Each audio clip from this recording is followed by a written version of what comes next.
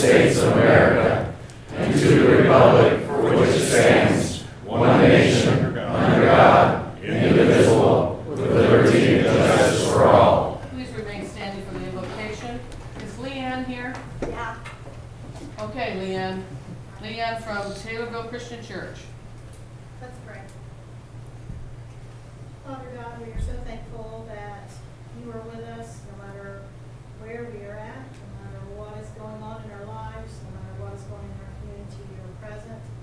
And we just come to you now and we ask for your wisdom, we ask for your peace. We pray that as the debate happens tonight, that between those who for and maybe not for what the discussion's about tonight, that things would be done in a peaceable and orderly way.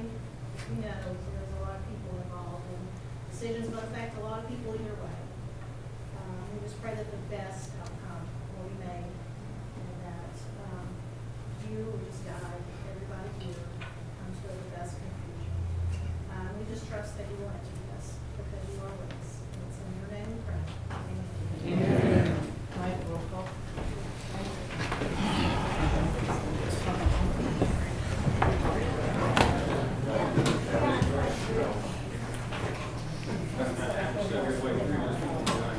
Molly Laria. Here. Timothy Carlson. Here. Craig Corzine. Yes, sir. Linda Curtin. Here. Charles Diekler. Here. Becky Edwards. Here. Donna Hibbets. Here. Ray Kuntz. Here. Dell Livingston. Here. Mike McClure. Here. Vicki McMahon. Here. Denise McWard. Here. Clark Pierce. Here. Philip Schneider. Here. Matt Wells. The roll call signifies a quorum. Okay, good evening. Our first item on the agenda is to appoint Brian Wilbur as County Board Member in District 2 to fill the position of Chad Michael for an unexpired term through 11/30/2019.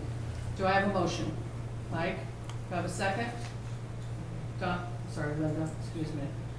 All in favor? Aye. Opposed? Aye. Motion carries. Judge Paisley, come forward and vote Brian, swear him in, sorry about that. All right, if you'd raise your right hand and repeat after me. I, Brian Wilbur, having been appointed to the office of County Board Member for District Number 2 in and for the County of Christian and the State of Illinois, do solemnly swear or affirm that I will support the Constitution of the United States and the Constitution of the State of Illinois, and that I will faithfully discharge the duties of the office of County Board Member to the best of my ability. Congratulations, Brian.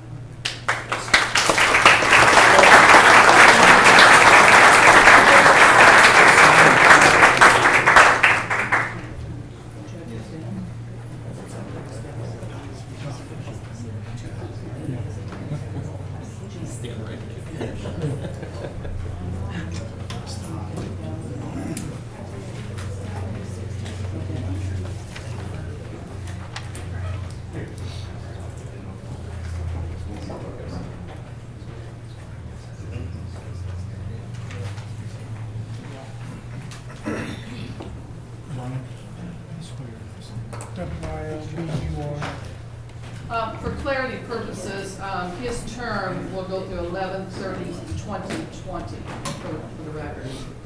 The next item is to present in writing petitions, resolutions, or ordinances or proclamations.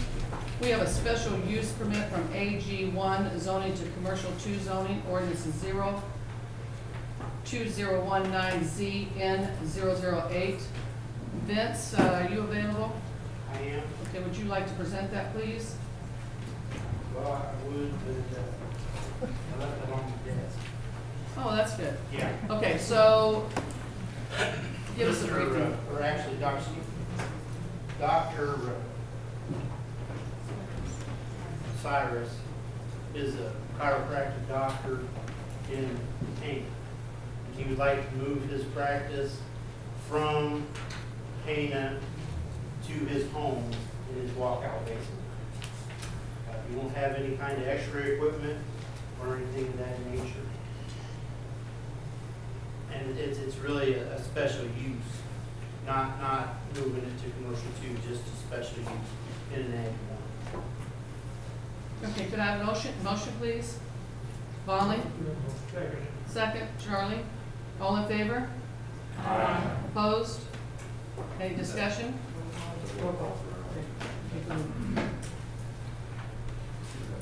That was a roll call vote. So Clark Pierce, Yes. Phil Schneider, Yes. Brian Wilbur, Yes. Molly Larian, Yes? Timothy Carlson, Yes. Craig Corzine, Yes. Linda Curtin, Yes. Charles D. Clark, Here. Becky Edwards, Yes. Donna Hibbets, Yes. Ray Coombs, Yes. Dale Livingston, Yes. Mike McClure, Yes.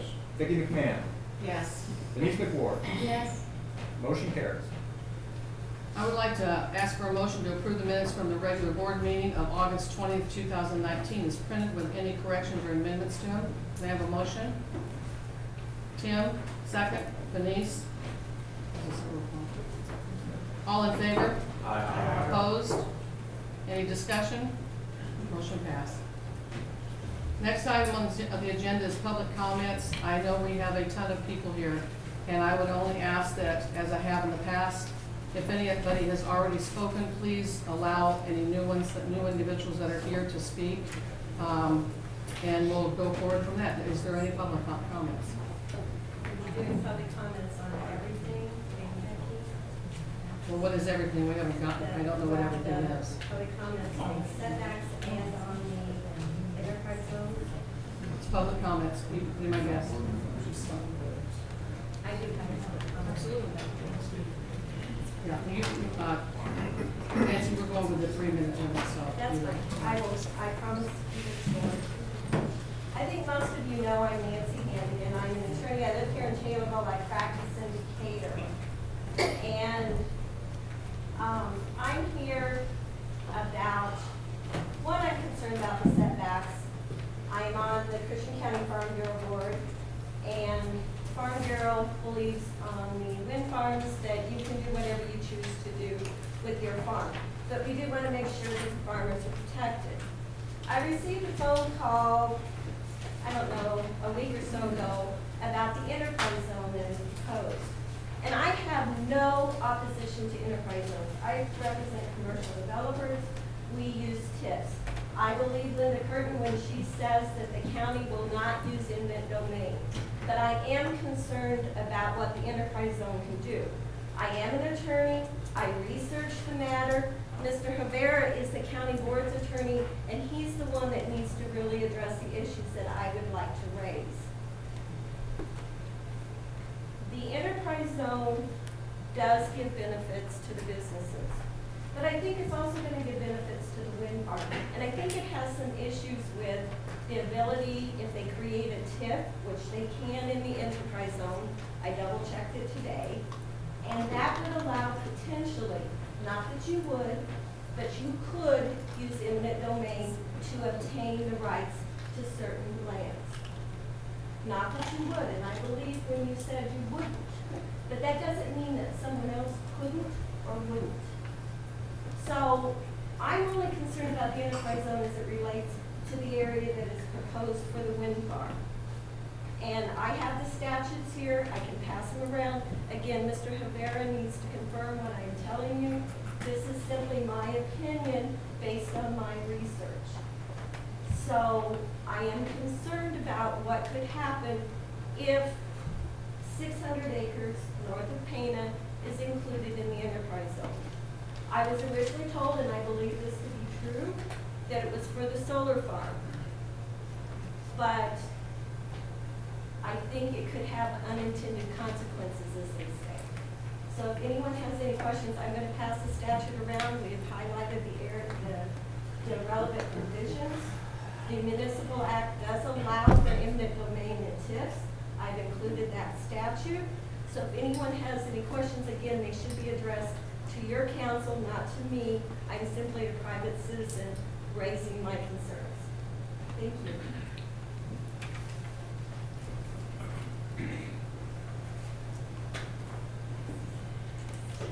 I would like to say something if I could.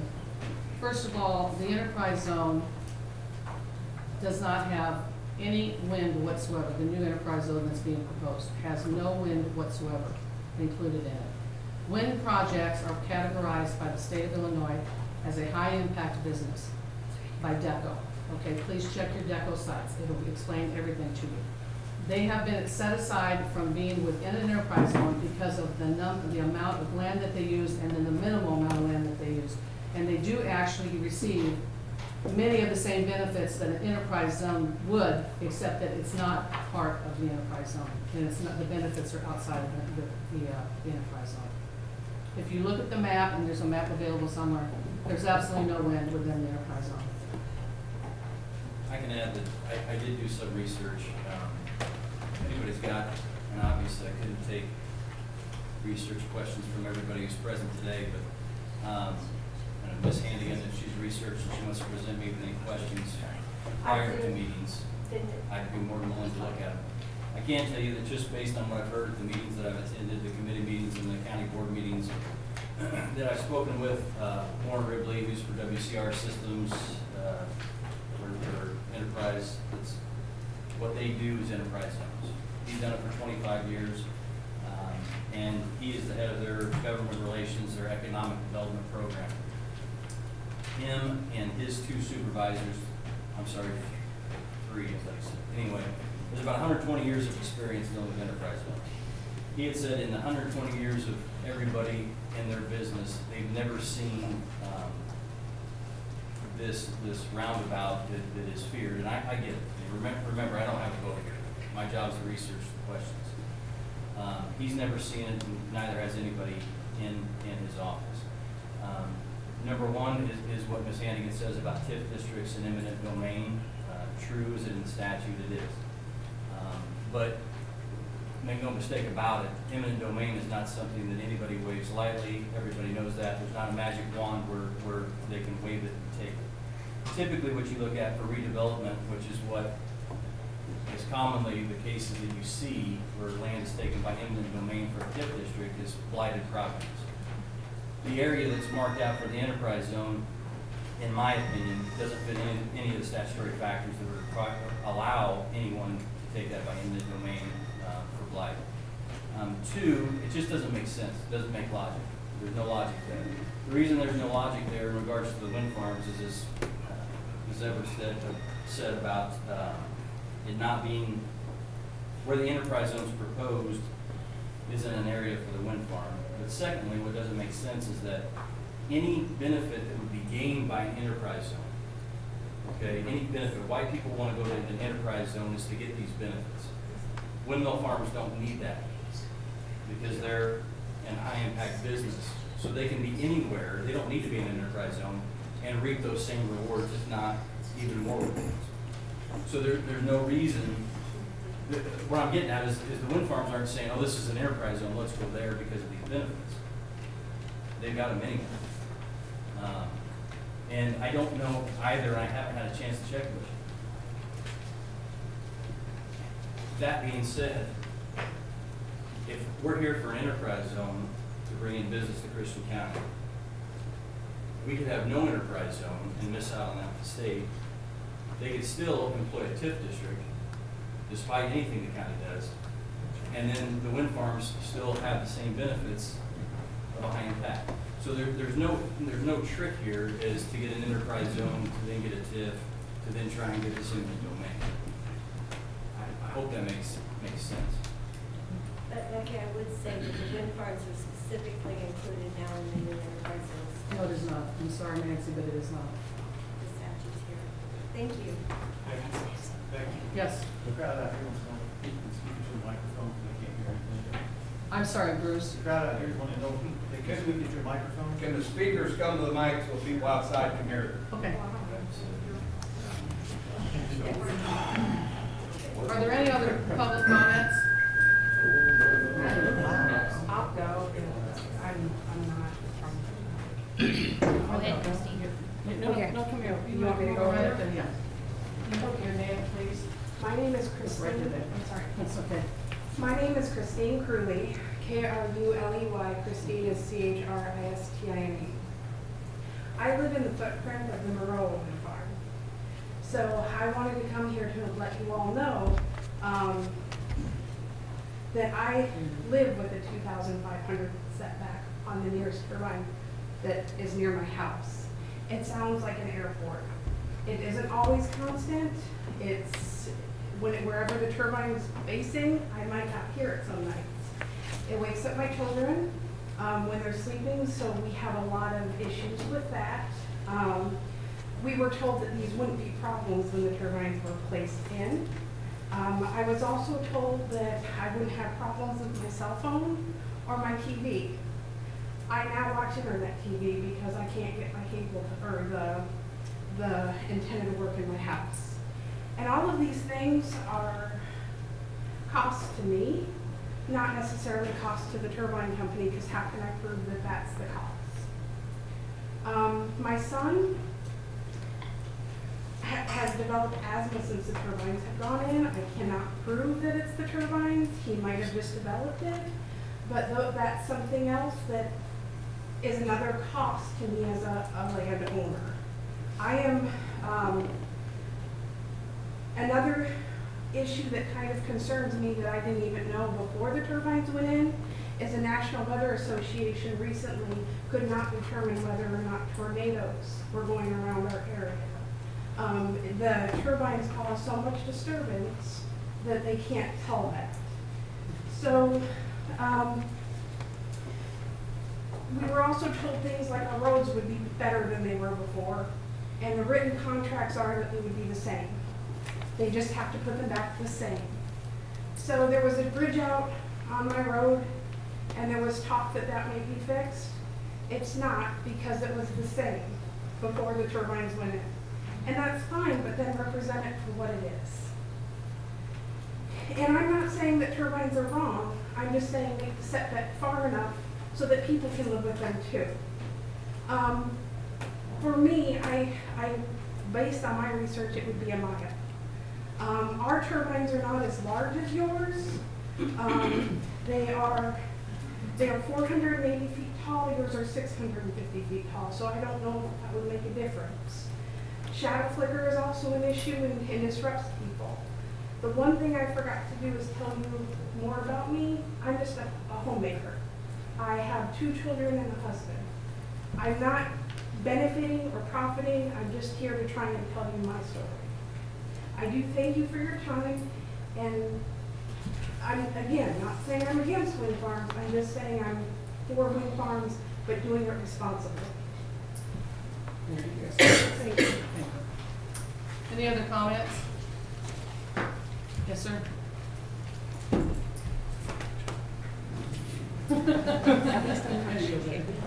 I'm Matthew Heverman, and I'm the president of the Christian County Farm Bureau. What I'd like to talk to you guys, thank you Christian County Board for allowing me time to speak tonight. So what I want to just bring to your attention, I've been working with our legal staff in Bloomington, and they have brought to my attention, according to 20 ILCS 655, the wind farms are included in these enterprise zones now. So this is something that just went through the legislature in the last year. So that is included. From Farm Bureau, we have kind of remained neutral on the whole wind farm topic. We're in favor of landowner rights. We do want fair setbacks, that way it's not an impact on a neighboring farm. What does concern us from a Farm Bureau perspective is whenever we start talking about this enterprise zone and a large amount of acreage that has been included into North Pana. We're proposed, I think we were told between 40 and 50 acres for a solar farm, and there's over 800 acres, I believe, included in this enterprise zone. So our question is, what's the true plan with all this extra land? And the ramifications of if they do the TIF, potential for eminent domain, there are no landowner rights associated with that, and therefore Farm Bureau would oppose. Also, we just want to make sure we ask that you as county board members do your due diligence and know that what you're giving away by going to an enterprise zone. Did you realize that if an enterprise zone happens, you're actually waiving your zoning rights to the local municipality that has that enterprise zone? So anything that is deemed denied in this meeting as far as setbacks go can be waived within this enterprise zone by the local municipality. I appreciate your time as county board members for listening to concerns and comments, and I just ask that you take your time and do your research before you make such a high impact vote. Thank you. Anyone else?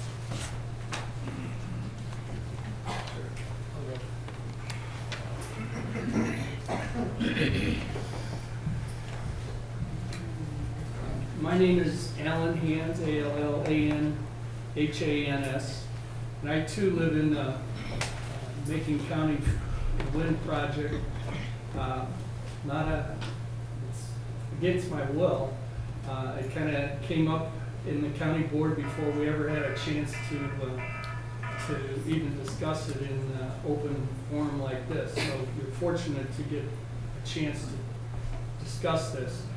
139 turbines in this project, of them less than 20, probably less than 10, do the actual landowner live on that property. So all those farmers, they live in Chicago or South Carolina or whatever, they want to get those leases. They don't care about the shadow flicker, the ice throws, and the noise. It's going to help their property value. It's a farm. I live on 10 acres. I can't put a turbine on my property. I have 7 turbines within a mile of my house. The closest one is 3,500 feet from the house, 3,200 feet from the property line. It is critical that your setbacks go to the property line. That's your property.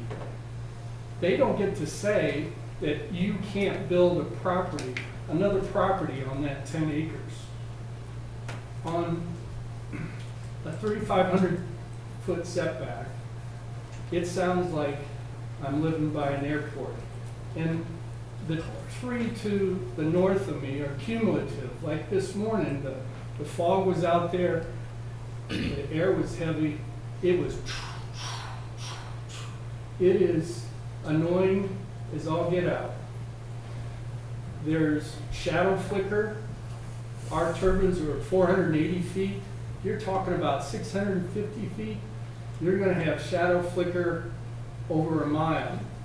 I had shadow flicker on a turbine, not the closest one to me, but one to the east that's almost over 4,000 feet away. My neighbor had ice throws. They're closer than 3,000 feet, but you will experience all of this with a 1,500 foot setback. A 2640 setback, it's better than 1,500 feet, and the landowners that choose to participate, they can waive that setback and choose to live 1,500 feet from those turbines. But non-participating landowners like us should be at least 2,650. And I have 1 second left. Thanks, sir. Anyone else? Janet?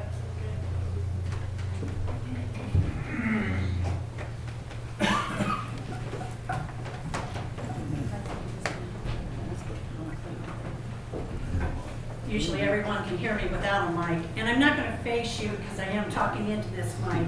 I am Janet DeClerc. I want to thank the Christian County officials and Madam Chairwoman for letting everyone have their moment to speak, because this is the time. Don't wait till you walk out of here and say, I wish. So if you've got something to say, say it. My words are for everyone. It's been said before, we are all from and for Christian County. What we have known, for one, is not always best for all. But what we have to do is compromise and come into play what is best for everyone. The farming community, is it up? There we go. Okay, all right, I'm sorry, I hope I wasn't hurting your ears. The farming community should not be penalized or chastised for not living in town. The town and schools have an approval of a setback. Why should the farm, families, and homes be any different? The farmers do provide the starting of food for your tables to feed your family and all from there on. Yes, you can say farmers receive payments and subsidies. What you don't understand is your salaries are increased at different intervals. The farmers' crop prices have not increased for years. The yields have increased, but not in proportion with the increase of the cost of the farmland, the equipment, and the seeds. The farmers buy seed at retail, but they sell their product at wholesale. Now that seems crazy, but that's how it happens. What's important is that we look at what the farmers are going through, because they are a great part of this community. They are for future. The majority of them, I don't know hardly anyone that hasn't invested in GPS. The GPSs have saved fuel, helped us out that way, but with the wind turbines there, you cannot use your GPS. You have to farm around them and in between them. That costs more fuel, so you're driving the farmer back in years in their progress. What is important is we look to the past promises made and that have not been carried out by the positions being changed by the people in office. We all believe that anyone sitting on this county board tonight would not intentionally seek out to hurt anyone. But if you change the ordinances to where it's less than they should be, or policies, the ones to follow you will have the option to hurt the future of everyone in this county. So please think cautiously. If they can change what they're doing to the farmers, they could also change what they're doing to the people in town. Thank you.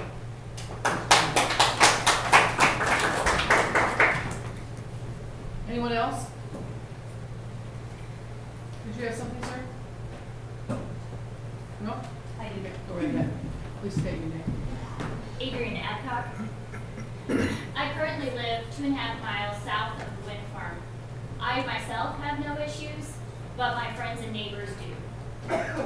The development subdivision immediately to the north of me has not continued to develop because no one is interested to have a turbine in their backyard. I ask you, is that progress? The intention was to move my family back to Christian County to live on a family farm. However, if the setbacks are not reasonable, we will not move back to Christian County.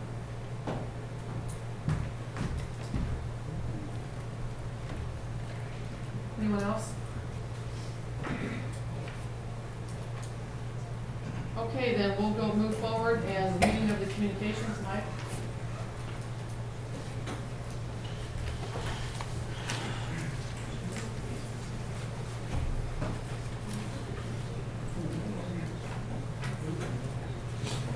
The September prevailing wage report has been placed on file in the clerk's office and is available for inspection. The August 2019 Public Defender's Report has been placed on file in the clerk's office and is available for inspection. The Treasurer's reports for the period ending on August 31st, 2019 have been placed on file in the clerk's office and are available for inspection. The Local Solid Waste Fees Fund Report for August 2019 has been placed on file in the clerk's office and is available for inspection. The Local Solid Waste Fees Fund Report, August 1, 2019 balance, $618,236.73. The total receipts, $19,212.87. The total disbursements, $21,933.22. The September 1 balance, $615,516.38. The August 2019 motor fuel tax allotment transaction reports dated September 5th, 2019 were received for both the county and the road districts. On the county report, the motor fuel tax allotment and transactions for August 2019 show a beginning unobligated balance of $542,498.16. The net motor fuel tax allotment, $69,504.37. The current unobligated balance, $612,002.53. On the road district township report, the beginning unobligated balance, $74,983.01. The net motor fuel tax allotment, $186,439.06. The current unobligated balance, $261,422.07. The Illinois Environmental Protection Agency sent 2 notice of permit applications for the Five Oaks Recycling and Disposal Facility. The descriptions were request to operate in the Unit 7 IBC disposal cell and report documenting construction and installation of landfill gas piping, wells, and related components. Copies of the notices are on file in the clerk's office. The City of Taylorville sent notices to remediate for properties located at 829 East Franklin Street and 836 East Franklin Street. The notices are on file in the clerk's office. Taylorville Mining, LLC, provided copies of the Illinois Department of Resources renewal applications for permits 358 and 402 related to a proposed coal mine northeast of Taylorville. The renewal applications are on file in the clerk's office. And that concludes my communications. I would ask for a motion to accept the communications as read. Dale, have a second. Donna? All in favor? Aye. Opposed? Any discussion? Motion carried. The next item is committee reports. I ask for a motion to accept the committee minutes as printed. Tim, have a second. Dale? All in favor? Opposed? Any discussion? Motion carried. The next is our committee meeting reports, and I'll ask for Mr. Steiner, please, for Highway Building Grounds, Environmental Welfare and Zoning.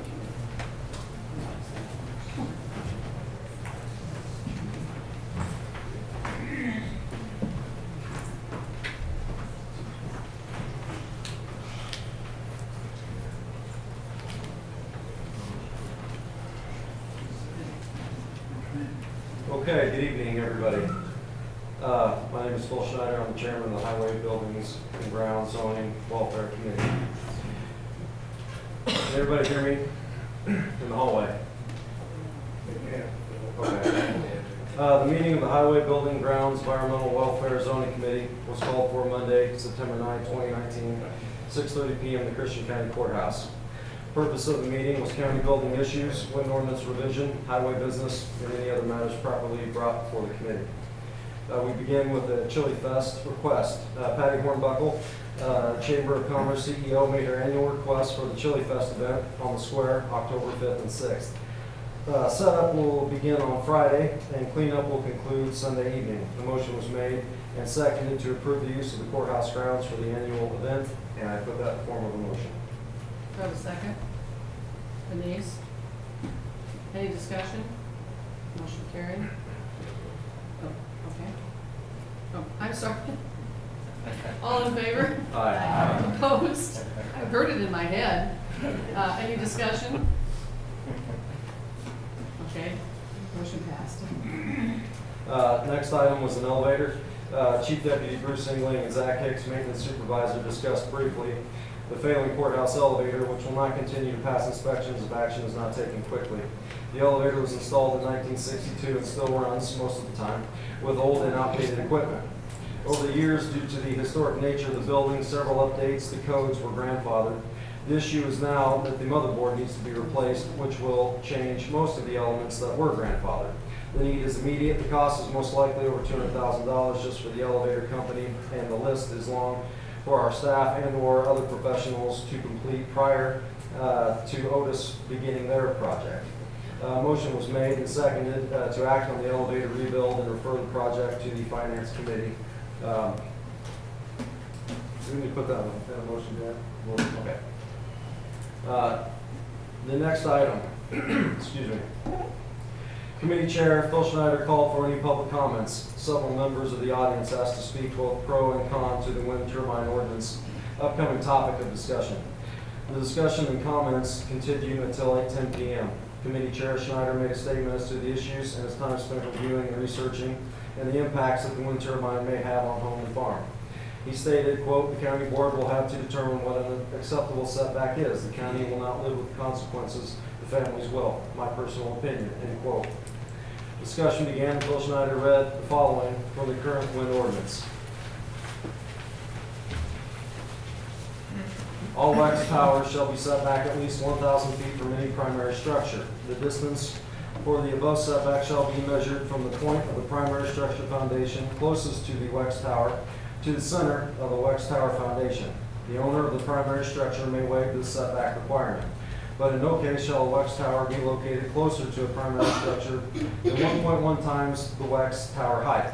All Wex Towers shall have a setback of 2,000 feet from all residential districts. That is our current ordinance. Point 2, all Wex Towers shall be set back a distance of at least 1.1 times the Wex Tower height from public roads, third-party transmission lines, and communication towers. Any waiver of any of the above setback requirements shall run with the land and be recorded as part of the chain of title in the deed of the subject property. The county board may waive the setback requirement. Again, this is our current ordinance. Point 3, all Wex Towers shall be set back a distance of at least 1.10 times the Wex Tower height from adjacent property lines. The affected adjacent property owner may waive this setback requirement. Again, also in our current ordinance. Bill Schneider read the revised setback proposal. All Wex Towers shall be set back at least 2,600 feet from any primary structure. The distance for the above setback shall be measured from the point of the primary structure foundation closest to the Wex Tower to the center of the Wex Tower foundation. The owner of the primary structure may waive the setback requirement, but in no case shall a Wex Tower be located closer to a primary structure than 1.1 times the Wex Tower height. That was the end of the motion. There was question as to what a primary structure was. Vince Harris gave the definition as it is a house, not a barn, where one or more person can occupy the building to live or as a business, not for storage or an unattended garage, shed, or hunting shed. Phil Schneider commented the waivers are still in place to allow participants to move the setbacks closer if they choose. If the landowners want it closer to the property line or their home, there is a waiver. The waivers place ultimate control locally. Phil Schneider put into motion as stated and summarized 2,600 feet from the primary structure, and this eliminates the 2,000 feet residential, and the waivers are still in place. So there would only be one setback in that motion. Craig Corzine seconded the motion. A roll call vote polled Phil yes, Craig yes, Lyndon no, and Charlie no, with Dale absent. With a tie vote, Phil Schneider asked the state's attorney if this motion would go to the board. Mike Avira responded, quote, I don't believe it does. I don't know. I mean, if the board can take it up if it wishes, but as far as I know, we never got out of the committee, end quote. Phil asked another question. Can the motion be made at the full board since it was considered here? State's attorney responded, the board can put it on the agenda and consider it if they wish. I just know with a tie vote, it doesn't come out of committee. The second item, as printed in the current ordinance, on page 4, part E, compliance with the Federal Aviation Administration. The applicant for the WEX shall comply with all applicable FAA requirements and shall provide prior documentation of compliance to the Christian County Zoning Administrator. Phil read his proposed changed language. The applicant for the WEX shall comply with all applicable, sorry folks, getting a little dry there, FAA requirements and shall provide documentation of compliance to the Christian County Zoning Administrator. All WEX towers shall be fitted with aircraft detection lighting systems, ALDS, or a comparable technology suitable for meeting the FAA obstruction, marking, and lighting requirements.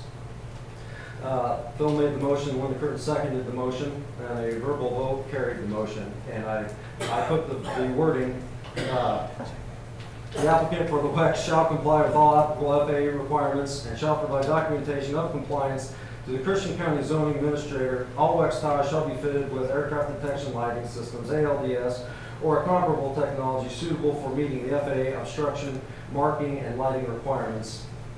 Amendment to our current ordinance in the form of a motion. Do we have a second?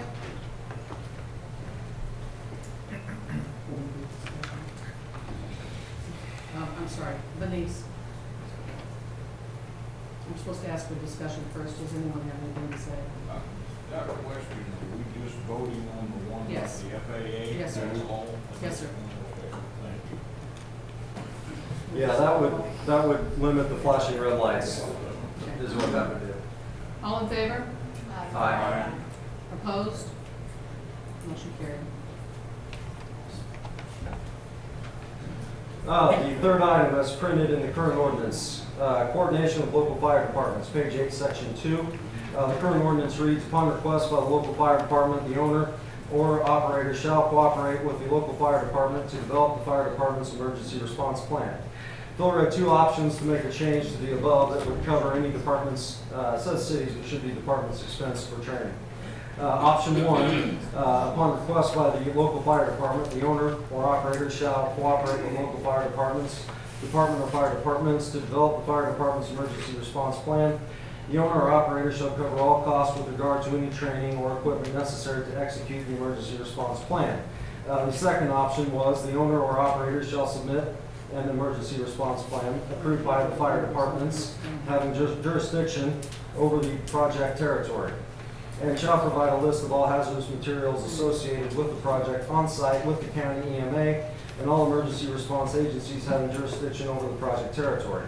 The owner or operator shall cover all costs with regard to any training or equipment necessary to execute the emergency response plan. Craig Prezine commented that the second option would cover any expenses for training and allows the owner or operator to help develop or to develop the plan. Phil Schneider made the motion to amend the current ordinance and was seconded by Craig Corzine. And the motion carried. Can I dispense with the reading and put that in the form of a motion? Or would you like me to read what the actual motion is again? I would like to do that. Okay, okay. The proposed amendment to the current zoning would read, the owner or operator shall submit an emergency response plan approved by the fire departments having jurisdiction over the project territory, and shall provide a list of all hazardous materials associated with the project on site with the county EMA and all emergency response agencies having jurisdiction over the project territory. The owner or operator shall cover all costs with regard to any training or equipment necessary to execute the emergency response plan. Do I have a second?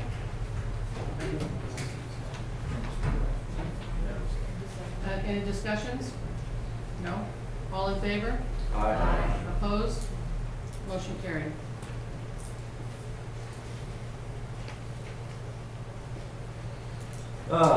Then moving on, the final point was Craig Corzine asked to make a motion on setbacks, with Charlie DeClerc giving the second as follows.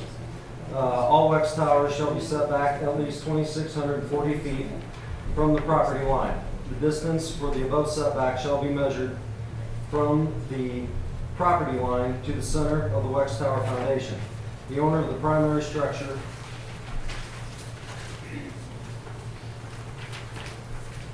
may waive the setback requirement, but in no case shall a WEX tower be located closer to a primary structure than 1.1 times the WEX tower height. All waivers still apply in the motion. It says with waivers. The question was called if this motion had already been voted. The comments were not the same. Phil Schneider read the revision. This motion passed, and the ordinance shall now read. Jan doesn't say anything where the vote was in these minutes.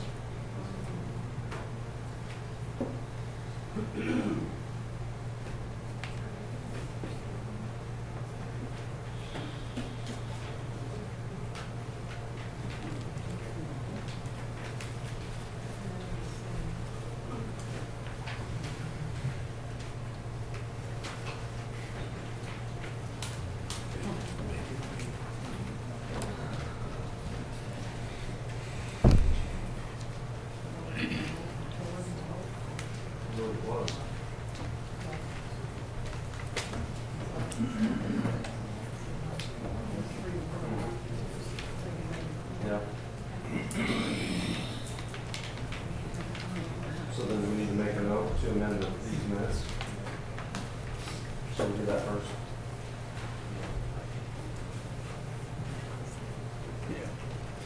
Okay. Okay. I would like to make a motion for correction to these minutes to reflect the vote that took place on the fourth item, which was on the setbacks. And how should we state it, Mike? It's 3-1. Yeah.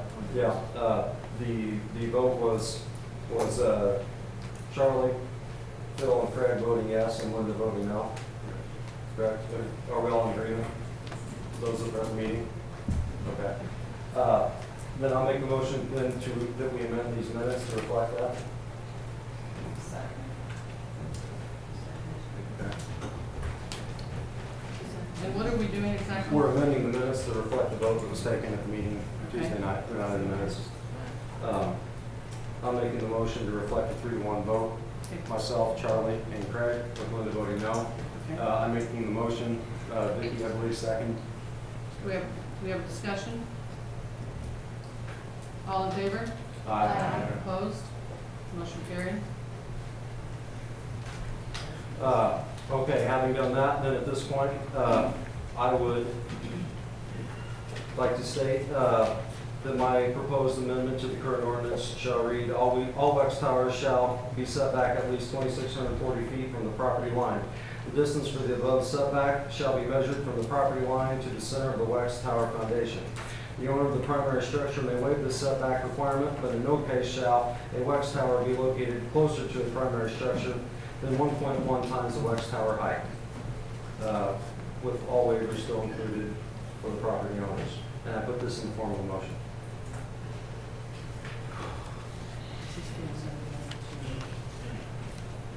Do we have a second?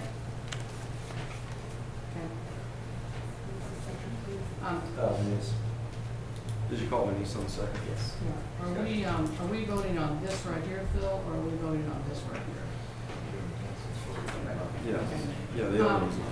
I'm going to move the discussion, and I would like to say something as a county board member and not as your chairman. I've said it before and I'll say it again. I cannot convince myself that it's okay for me to dictate how a landowner here in Christian County or the United States of America can use their land. I also do not believe that my constituents have been properly represented. Yes, I know I have constituents in this room tonight. I also know that there are others out there that have not been properly represented. Becky, can you use the microphone, please? It doesn't work. It doesn't work. I'll speak Okay. louder. All right, thank you. Many of the people mentioned at the last committee meeting about the money. It is about the money. It's about the farmer who has signed a lease to bring additional revenue to his family. It's about the farmer that is concerned about his property values. It's about the city of Pana, Assumption, and Taylorville that want to grow their communities. It's about the thousands of taxpayers that will receive a reduction in their annual property tax over a 30-year period. It's about the Christian County school system that sees the value of receiving additional funds. And it's about Christian County government, who constantly struggles to keep their budgets balanced, keep their employees employed, who continues to experience more and more money taken away from the county in the form of funding from the state of Illinois, although the county is still required to continue offering the services that are required by law. I know this is a very sensitive situation. I'm piggybacking on Janet, who said we need to have all of the information. This is some of the same information we have to take into consideration when we have a conversation like this. Now, I'll put my hat back on, Mr. Chairman hat. I've had conversations with State's Attorney Rivera and asked his opinion on retaining an attorney for the county to assist in preparing the final ordinance, once we reach an agreement, to advise the board about the many areas of the ordinance that needs to be revised to benefit and protect the county. State's Attorney Rivera has contacted the appellate prosecutor's office, and they have agreed to assign us a minimum of one attorney, but I believe two, at no cost to the board. So I am asking the board to vote no on the motion on the floor tonight so that we can regroup and ultimately bring this issue back to the full board as a committee of the whole to finalize this ordinance. Any other discussion? Ray? Madam Chairman, just for the record, I agree with everything that you said. This is a sensitive topic, and I would like to thank all the board members, no matter which side of the fence you were on. I know everybody here on both sides have done their homework, and they have their own opinions. Yes. So I respect that, no matter which way you vote. I thank you for your work. I'd like to thank everybody in attendance, not just at this meeting, but all previous meetings, all of your research, all your comments. They have been listened to. Please understand that no matter which way this goes, they have been listened to from both sides of the board. Okay. I'd like to thank the companies. I'd like to thank just anybody involved that you make your 2 cents in. We do appreciate it, and we have listened to you. Madam Chairman, I would respectfully ask for a roll call vote on this. this too. Thank you. Absolutely. Are there any other discussions? Denise? Yes, the 2640 setback is up to each owner, farmland owner, if they want to change that. You can agree with the neighbor to make it a small business. The 2640 is just between, if you own 3 acres of land, 2 kids and a dog, you've got 2640 feet. If you decide that you want it closer, you can make it closer. And the motion's on the floor. Yeah, just to clarify, it isn't just farmland owners, it's farmland owners, homeowners that live out there where this is going to be. And I will just say that I am somewhat confused about the old waiver and how exactly that's applicable. And I would like to have an attorney that we can consult to as a county board to make certain that we're making the right statements about a waiver. Is there a reason if we pass 2640 tonight, we can't change it to 1800 next month or in 6 months or in 2 months? My point being, motion's on the floor. You know, our job basically is to decide the rules and what we think people have to do something like this. If someone was wanting to build a gun range in an area we have authority, we would want to make sure that bullets weren't coming out of it. Makes sense. It's a tough decision, but one that motion on the floor, it's hard. Any other discussion? God, I'm not doing that tonight. I'm so sorry. It's a little bit focused. I do agree with Becky, and I do agree with Ray, and this is a tough decision. If we stick with the 2640, the project is not going to happen. It doesn't have a chance. I think the people from the companies have told us that. Thank you, Linda. Just for the record, these people aren't coming into May Township, but I'm a 40-year farmer, and if they did come to May Township, my husband and I would sign a lease. I would never put any of you in this situation that I wouldn't put myself in as well. And so I thought that was important for me to say. Dale? I honestly wasn't there that night, but I think we should do it right. Do it right. Vote on this. If it passes, it passes. If not, it goes back to the committee and we start over and hash it out again. So let's just vote on it. See what happens. Any other comments? Motion's on the floor.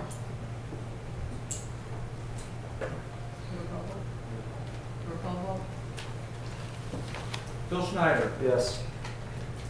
Matt Wells. No. Brian Wilbur. No. Molly Alaria. Yes. Timothy Carlson. Greg Corzine. Yes. Linda Curtin. No. Charles D. Clark. Yes. Becky Edwards. No. Donna Hibbets. No. Ray Coontz. No.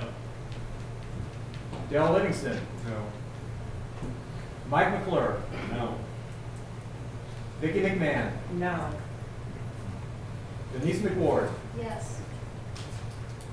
Clark Pierce. No.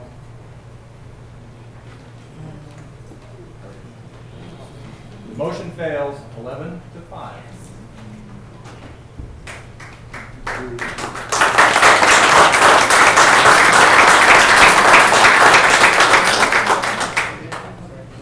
At that point, other comments, board member Linda Curtin asked for clarification on a rumor that's been called upon to dispel. The question there is eminent domain, and is this backdoor provision to the enterprise zone? She stated that this disturbs her and her character as a county board member, as well as the other county board members. Chairwoman Edwards spoke up quickly to put the rumor to rest. Coincidentally, next week is a hearing on a new application for the enterprise zone, which would have been last night. An enterprise zone cannot enact eminent domain. At 8:38 p.m., a motion was made and seconded to adjourn, and the motion carried. That concludes my report. Thank you, Bill. Any questions?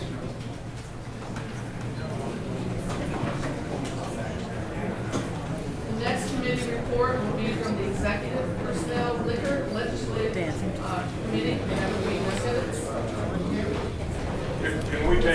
ask the candidates. Let's take a 5-minute for anyone that wants to leave. Come on up, Cal, you won. You got it. Good for you.